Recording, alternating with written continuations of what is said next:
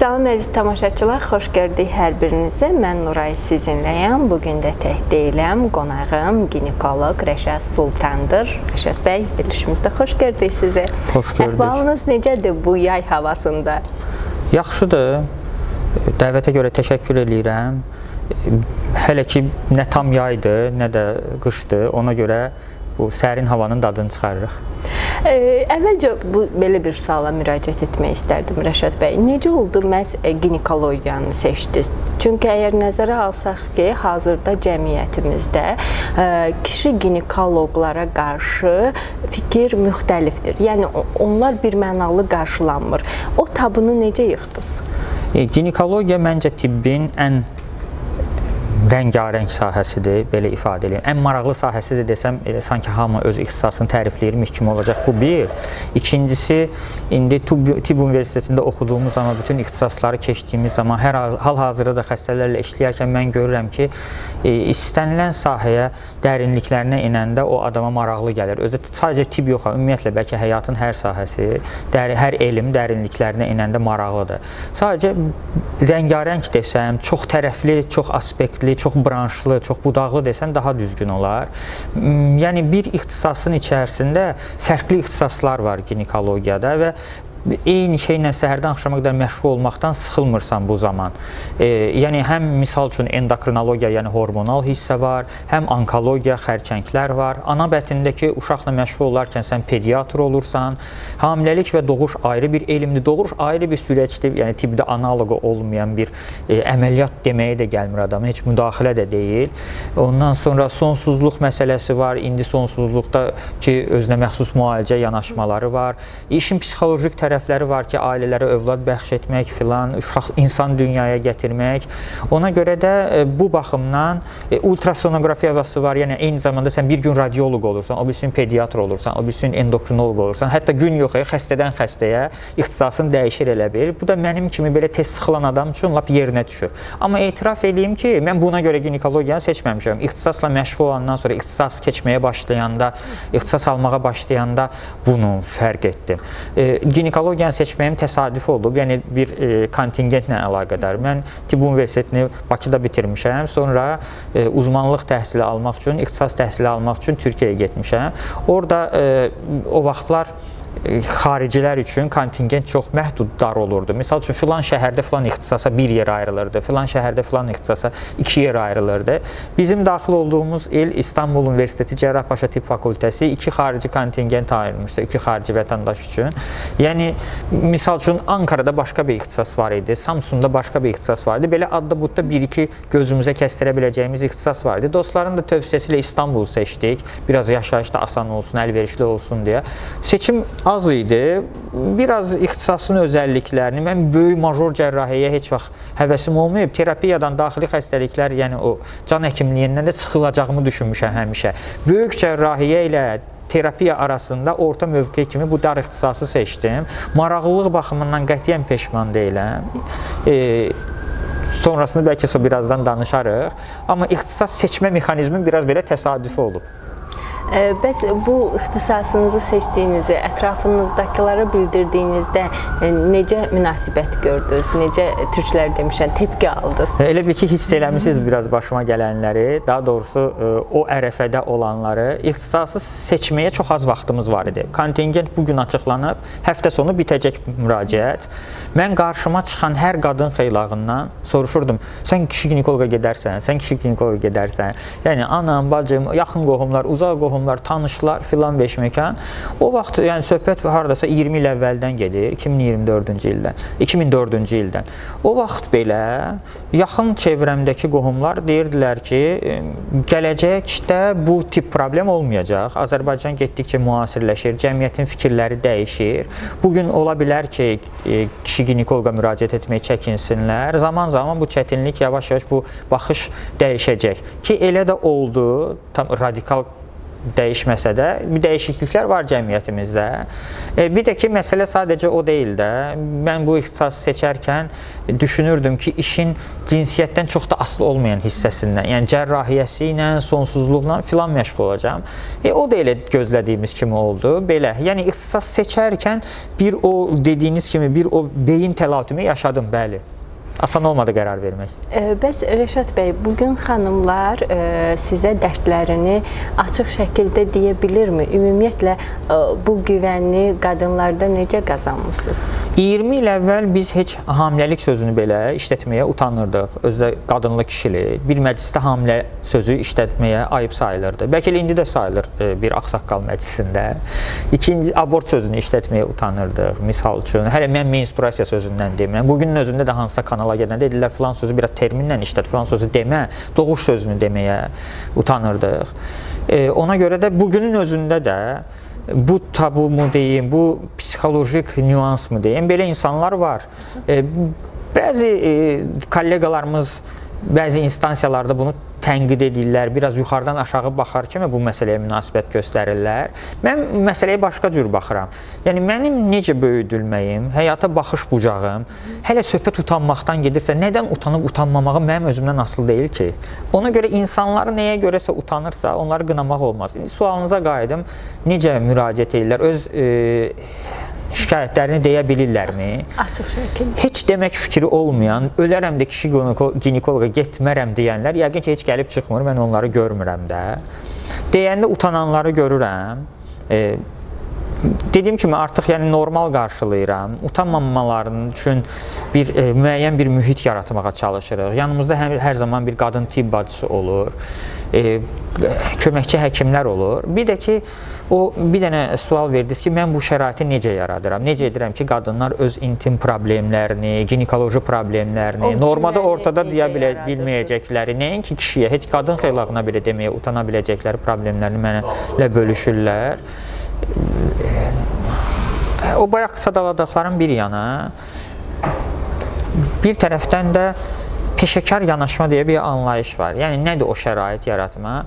Pasiyent qarşısındakı həkimi onun özü ilə, onun fikirləri ilə, yox, sırf xəstəliyi ilə məşğul olan şəkildə görməlidir. Yəni, görməlidir ki, o həkim beynini söndürüb, öz insan kimi, vətəndaş kimi öz varlığını qoyub bir kənara, qarşısında indi bir dəbdə olan bir söz var, süni intellekt. Pis mənada yox, yaxşı mənada bütün subyektiv fikirlərindən, bütün ön yargılarından arınmış bir peşəkar həkim var. Hansı ki, onun şikayətlərinə fokuslanıb, ancaq onun şikayətlərini elmi şəkildə dinləyib, elm və sənət olaraq məsələyə yanaşıb, sadəcə ona faydalı olmağa çalışır. Bunu hiss etdirmək olub mənim həmişə məqsədim. Xəstə otağa ilk gəldiyi andan. Hətta nəinki xəstə, mənim normalda mənim qohumum, tanışım olan bir qadın xaylağı belə mənə bir anda şikayəti ilə müraciət eləyəndə mən dönüb pozisyonumu dəyişib onun üçün artıq bir həkim oluram. Bəziləri bundan şikayətlənir, deyirlər ki, sən normalda dostluqda yaxşısan, amma şikayətimizi deyən kimi birdən-birə soyuqqanlı olursan. Halbuki bu bir peşəkarlıqdır.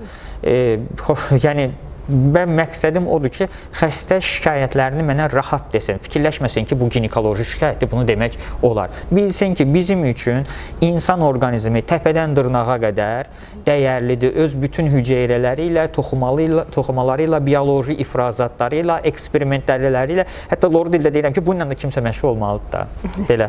Yəni, biz insanın hər hüceyrəsini sevirik, işimiz olduğuna görə. Rəşad bəy, sizcə qadın ginekoloqlarla kişi ginekoloqların xəstəyə yanaşmasında bir fərq var mıdır? Son zamanlarda belə bir, yenə də dəbdə bir söz var, gender bərabərliyi. Bunu pis baxmayacağım əlbəttə ki. Amma gender bərabərliyi deyəndə, yəni qadınla kişinin fərqi yoxdur, qadın-kişi ayrı seçkiliyi etməyək deyəndə, biz əlbəttə ki, müəyyən məsələlərə qədər etməyə bilərik. Qadınla kişinin ayrı seçkiliyini təbiət edib. Pis mənada demirəm. Yəni, insan iki cinsli heyvandır. Bunu kim də bilməsə, mən ginekoloq daha yaxşı bilməliyəm bu ikisinin fərqini. Və bu iki cinslilik təkamül prosesində təkamülə inananlar ola bilər, inanmayanlar ola bilər. Amma bugün günümüzdə insan növünə və digər iki cinsli canlılara imkan yaradır ki, fərqli-fərqli fərdlər dünyaya gəlsin. Məsələn, bölünməklə çoxalanda bir sonraki orqanizmin əvvəlkinin genetik eyni olur. Amma iki fərqli fərddən varlıq uşaq canlı dünyaya gələndə o hər ikisinin yarı-yarıya özəlliklərini daşıyır deyə artıq fərqli bir üçüncü bir fərd, başqa bir uşaq dünyaya gələndə dördüncü bir fərd olur və bu da rəngarənglik yaradır təbiətdə. Təbii rolu nə olursa olsun. İnsan da bu qəbildəndir və qadınla kişi arasında fərq var. Onun hormonal statusuna görə və hormonlardan asılı olaraq da onun davranışları və psixologiyasına görə. Necə ki, mən sizin üçün bir müqayisə aparım, yenə də o gender bərabərliyi carçılarının xoşuna gəlməyəcək ki, mən özüm də gender bərabərliyi tərəfdarıyam əlbəttə ki, cəmiyyətdə, sosial həyatda. Amma ki, necə ki, qadın sürücü ilə kişi sürücü maşını fərqli sürür, həyat hadisələrini fərqli yanaşır, bax, pis yanaşır və ya yaxşı yanaşı demirəm. Elə məsələlər var ki, qadın bizdən yaxşıdır, biz kişilərdə. Məsələn, türklərdə bir yaxşı söz var, yuvaya dişi quş qurar. Ev qurmaqda, tarixi inkişaf prosesində biz nə demişik? Kişi ova gedib, qadın əkinçiliklə məşğul olub, mağaranı bəzəyib düzüyüb, hətta mağaranın qabağında da həyatyanı sahə düzəldib. Yəni, tarixdən bu yana da evi dişi fərd qurur. İndi qayıdaq işimizə. Bəli, işə münasibətdə də hələ söhbət o stres anlarından gedir. Stres anlarında bu fərq daha çox meydana çıxır. Stres yönətimi. Hardasa qadın daha üstün olur, hardasa da kişi üstün olur. Məsələn, bir İngilis atasözü var, obstetric is bloody business, mamalıq qanlı məşğuliyyətdir, yəni doğuş. Biz bir dəqiqədə uşaqlıqdan 800 millilitr qan keçir, hamiləlik doğuşa yaxın və doğuş əsnasında o qanı biz bir neçə dəqiqədə itirə bilərik də bütün orqanizmə və qadın əlimizdə 3-5 dəqiqənin içində tələf ola bilər. Bu qədər təhlükəli bir əməliyyatdır, doğuş, keysəriyyə, baxmayaraq ki, 15 dəqiqəlik bir əməliyyat kimi baxılır keysəriyyəyə. Bu situasiyalarda bütün qadınlar eyni deyil, amma yenə də o qadın qadınlıq hormonuna əsasən davrana bilir, kişi kişilik hormonuna əsasən. Bu, məsəl üçün, stres situasiyalarında. Necə ki, çox qabiliyyətli, çox pratik maşın sürən qadınlarımız var, o cürdə çox pratik davranan qadın cərrahlarımız da var ki, necə deyərlər, 1000 dənə kişiyə dəyər, o da var. Amma mən ümumi danışıram sualınızın cavabı olaraq. Fərdə, xəstəyə münasibətdə, pasiyentə münasibətdə də biraz kişilər daha soyuqqanlı olmağı, daha mühakiməsiz, daha konkret olmağı bacarırlar ki, bizim işimiz xüsusilə bunu tələb eləyir. Amma qadınlar sanki dönüb bir qarşılarındakı pasiyenti dinləyəndə ya onunla rəfiqə olmağa çalışırlar, ya onun anası, nənəsi olmağa çalışırlar, ya onun müəlliməsi olmağa çalışırlar, başına ağıl qoymağa çalışırlar. Qarşılarındakı qadın pasiyent öz intim şikayətlərini, öz həyat hekayəsini dilə gətirərkən, xəstəyə ilə əlaqədar soruşuruq da buna, əlaqəsi olmayan şeyi soruşmuruq. Dilə gətirərkən bunu qarşısındakı həkimin gözlərindən hiss edir, bədən dilindən hiss edir ki, qarşısındakı adam ona soyuqqanlı yanaşmadı, mühakiməli yanaşdı, onun həyatının hansısa bir prosesi ilə əlaqədar, başına gələnlə əlaqədar. Bu da xoş olmur pasiyentə. Pasiyent qarşısındakı həkimdən soyuqqanlılıq, konkretlik gözləyir və onun mühakimə deyil də dərdlərinə çarə, onun sağlamlığına faydalı ola biləcəyini gözləyir. Məncə, əgər hansısa qadın ginekoloqdan bir balaca narazılıq olubsa, bu səbəbdən ola bilər. Burada, yenə edirəm, beyni söndürmək, mühakimələri söndürmək, xəstəyə bu sənətin, dülgər üçün taxta, stol, pəncərə nədirsə, bizim üçün də xəstə, yaxşı mənada deyirəm. Bunu bəziləri pis başa düşür. Deyir, filan həkim soyuqqanlıdır, heç mənim dərdimə yanmadı. Həkim sənin şikayətlərinə əsasən, diaqnostik müayinələrinə əsasən, hüceyrələrinə qədər əsas odur ki, bilsin ki, səndə nə proses gedir. Əsas odur ki, sənə faydalı olmağa çalışsın və bunu özünün yatıb yuxuda gördüklərini tətbiq edərək deyil də, tibb elminin, müasir tibb elminin nailiyyətlərini, informasiyalarını, əldə olan etibarlı informasiyaları, protokollar mı deyək, guideline-lar deyək, bələdçi məqalələr mi deyək, onları tətbiq edərək, sənin üstündə eksperiment edərək deyil də, sənə faydalı olmağa çalışaraq tətbiq etsin. Həkimdən gözlənilən bu olmalıdır. Həkim mənim dərdimə yansın, sənə canım desin, mənimlə boş-boş havadan, sudan danışsın da mənim fikrim dağılsın. Həkimin, ginekoloqun ən azından funksiyası bu deyil. Bunun üçün psixoloq var, psixiatr var, psixoterapevt var.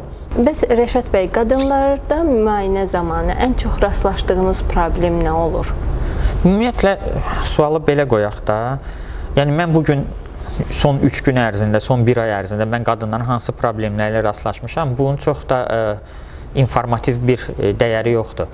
Sualı belə qoyaq ki, bir ginekoloqa qadınların şikayətlərini qruplaşdırsaq, hansılar olur və yaxud da ki, mənə bunların hansı daha çox müraciət edir?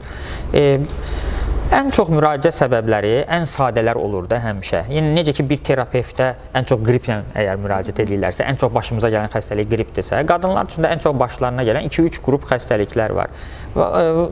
Sadə vaginal ifrazatlarda sadə ginekoloji infeksiyalardır, menstruasiya düzənsizlikləridir. Bunlar 2 böyük qrupdur. Bundan başqa böyük bir qrup hamiləlikdir. Və bir də bu 85%-dir. Bir də qalan 15% var, hansı ki uşağım olmur deyənlərdir. Yəni sonsuzluqdur. Əsas hissələri dedim. Bir də spesifik durumlar var. Artıq xəstənin diaqnozu qoyulub. Ağrıdır, təcili durumlardır, qanaxmalardır və s. Əlbəttə ki, kişi ginekoloq kimi məndə bu nisbət biraz dəyişir. Mənə o sadə şikayətlərlə, menstruasiya düzənsizliyi və ifrazatlarla, infeksiyalarla daha az müraciət edirlər. Mənə daha çox, daha böyük cərrahi xəstəliklər, əməliyyatlıq xəstələr, xərçəng küpəsi və xərçənglər, riskli hamiləliklər, adi hamiləliklərdən daha çox riskli hamiləliklər getdim. Həkim dedi ki, səndə risklidir durum, uşaqda bu ehtimal var, anada bu ehtimal var. Bu tip xəstələr daha çox müraciət edir. Bəs qadınlar niyə hər zaman ginekoloqa çox gec olduğunda müraciət edirlər? Sizin fikriniz nədir? Bu fikirlə mən razılaşmayacağam. Çox yerdə, çox kolleqalar tərəfindən belə bir yaxınma deyək də, belə bir şikayət eşidirik ki, güya ki, mən hamıdan ağıllıyam da, heç xəstələrin, pasiyentlərin üzr istəyirəm ifadəmə görə o qədər başı işləmir ki, mənə vaxtında müraciət etsinlər. Bu belə deyək, kənddə kəsəkdə, loru dildə desək, mədəni desək, biraz əyalətlərdə, biraz əl çatmayan yerlərdə ola bilər. Maddi səbəbdən, nəqliyyat səbəbindən, elə maarifləndirmə səbəbindən, insanların öz sağlamlığına etinasızlığı səbəbindən ola bilər. Amma bugün Bakı şəhərində, bu müasir cəmiyyətdə, bu baxımdan müasir cəmiyyətdə biz deyək ki, insanlar evdə ölür, 9 ay hamiləlik həkimə gəlmir, bir də 9-cu ayda gəlir, misal üçün hamilə və yaxud da ki, xərçəng inkişaf eləyir, gəlib çıxmırlar həkimə, qanaxma aparır. Mən belə bir xəstə demək olar ki, görməmişəm son 5 ildə, 10 ildə ki, hansısa bir 60 yaşında qadın həftələrdə, aylardır qanaxması var, gəlib mənim yanımdan çıxanda görmüşəm ki, bütün bədənə yayılmış, metastaz vermiş endometrium xərçəngidir. Belə bir şey görməmişəm. Adətən bir damcı qan gələn kimi müraciət edirlər. Adətən heç bir şikayət yoxkən ildə bir dəfə kontrol müayinələrinə gəlirlər. Hətta indi bilirsiniz, uşaqlıq boynu xərçəngindən çox danışırıq. Onun xərçəng gölü mərhələdə yaxalanması üçün yaxma verilməlidir, pap test verilməlidir. Məlumatlıdırlar. Hətta birbaşa peyvəndi üçün müraciət edirlər. Nə yaxşı ki, yəni belə xəstələr görürük. Ən çox nəyi gecikdirirlər desək, yenə də yəni, konkret bir şikayət deyə bilməyəcəm. Gecikdirən səhlankar insan, özü də maarifləndirmə düzeyindən asılı olmayaraq, səhlənkar adam elə səhlənkardır. Özü bu səhlənkarlığı mən sizə deyim ki, öz kolleqalarımız arasında, içi özüm də daxil olmaqla daha çox görürük.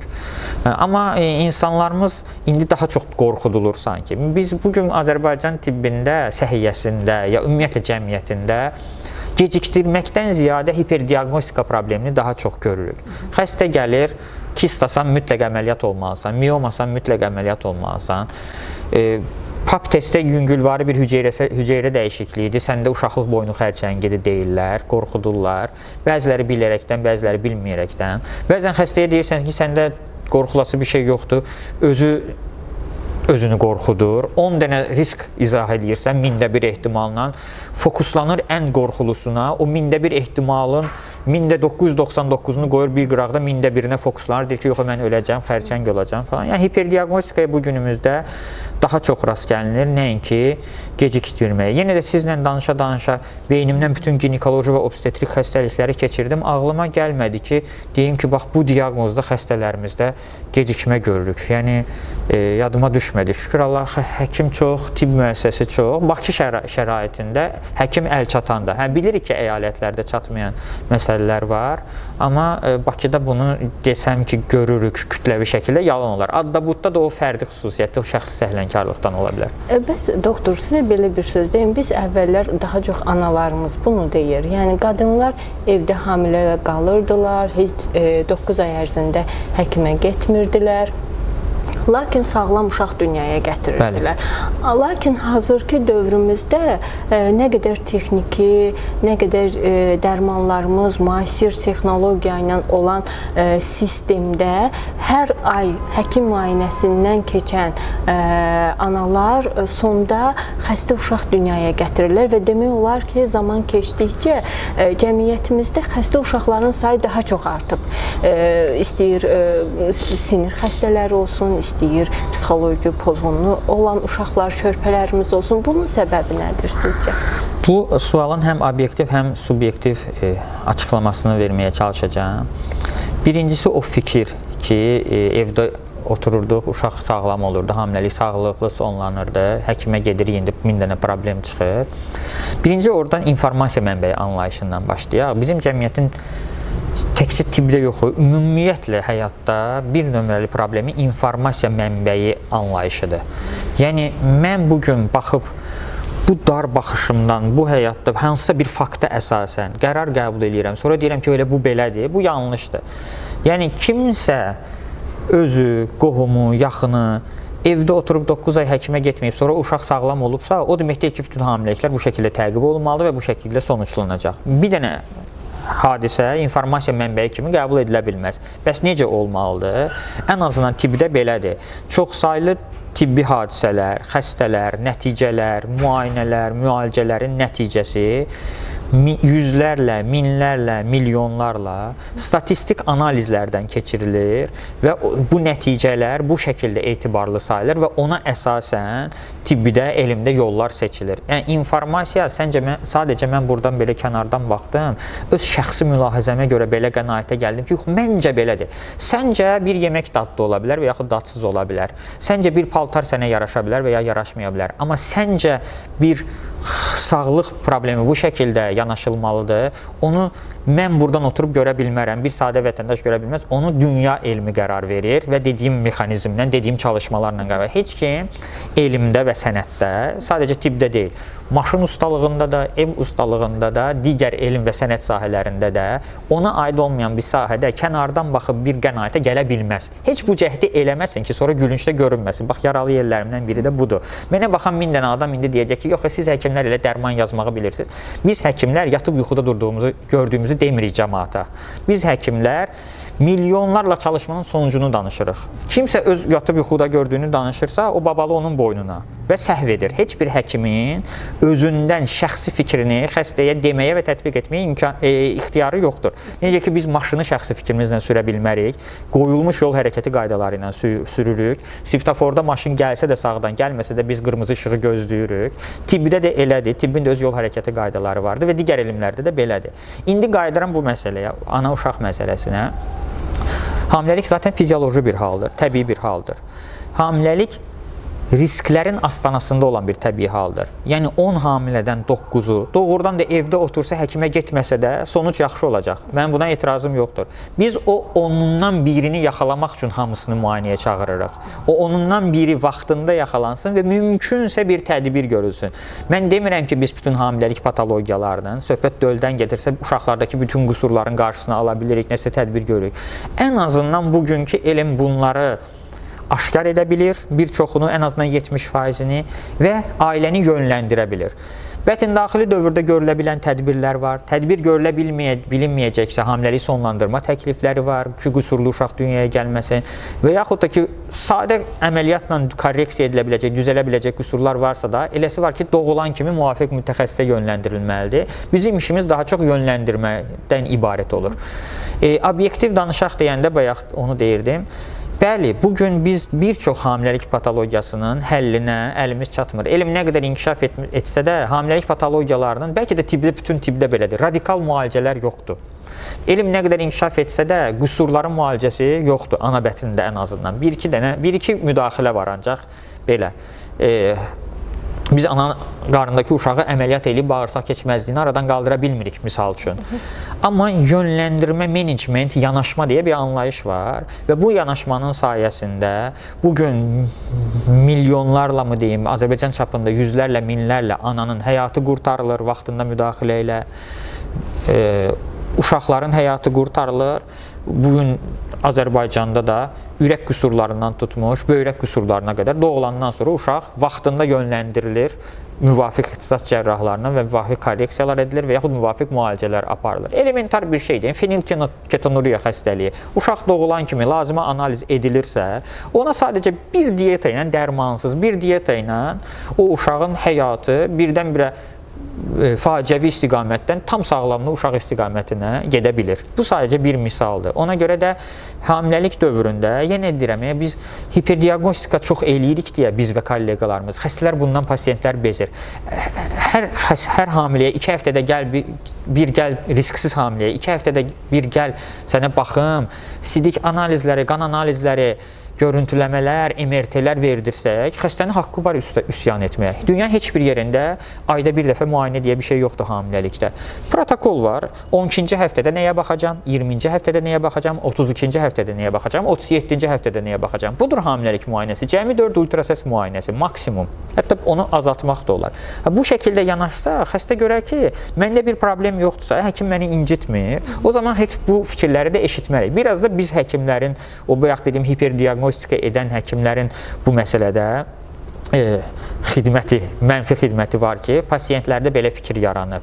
Yəni, bizim hamiləlik izləyən, gəlin biraz da dar danışaq, hamiləlik izləyən həkimin vəzifəsi səhərdən axşama qədər həmin hamiləyə ultrasəsdə baxıb, bildiyim, bilmədiyim bütün analizləri verdirib, bildiyim, bilmədiyim bütün dərmanları yazmaqdan, bilmədiyim bütün yasaqları qoymaqdan ibarət deyil ki, ay uzan ayaqlarımı qaldır dirə divara. Bu deyil hamiləlik həkimi. Hamiləlik həkiminin bir nömrəli vəzifəsi hamiləni dinləyib, onun şikayətlərinin fiziolojidir, təbiidir. Məsələn, deyir ki, biraz təngənəfəsliyim var, biraz qarnımda sancı var, biraz mədəmdə yanma var. Bu hansısa hamiləlik patologiyasının əlamətidir, yoxsa hamilədə olan şeylərdir. Bunları ayırd edib, o 10% riskli qrupu ayırıb, neynirsən elə ona elə, qalan 9%-unu burax rahat həyatını yaşasın. Budur hamiləlik izlənməsi məqsədi. Gələcəkdə ginekoloq olmaq istəyən gənclərimizə, xüsusilə də gənc kişilərimizə nə arzu edərdiniz, nə tövsiyə edərdiniz bir mütəxəssis kimi? Hər bir sənətin iki tərəfi var. Bir sənətin özü, bir də onun pul gətirən tərəfi. Biz işə pul qazanmaq üçün gedirik. İxtisası ona görə seçirik, bəli. Amma məncə elmdə və sənətdə sənət tərəfi, elm və sənət tərəfi daha ağır basırsa bu işlə məşğul olmalısan. Pul qazanmaq istəyən getsin bizneslə məşğul olsun, idarəçiliklə məşğul olsun. Bu bunu nəyə vurğulamaq istəyirəm? Bu elmin, bu sənətin məşğuliyyəti yəqin ki, hər sahədə elədir, bitmir.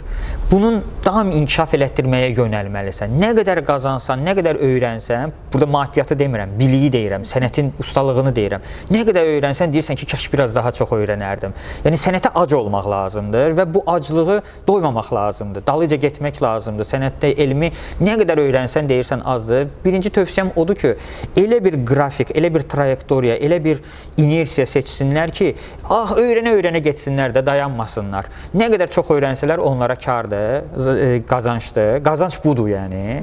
Bu bir. Yox, əgər bu onları yorursa, qorxudursa, xüsusilə mama ginekologiya qanlı ixtisasdır, mamalık ginekologiya gecəsi gündüzü olmayan ixtisasdır. Bu onları qorxudursa heç məşğul olmayıb, daha sadə ixtisaslarla məşğul olsanlar, heç kim onları qınamaz və bu həvəsləri varsa bu ixtisasla məşğul olsunlar, bu döyüşə hazırdırlarsa bu ixtisasla məşğul olsunlar və axıra qədər də getsinlər. Təşəkkür edirəm Rəşad bəy, verilişimizə qonaq oldunuz və maraqlı fikirlərinizi və biliyinizi bizimlə bölüşdünüz. Çox sağ olun.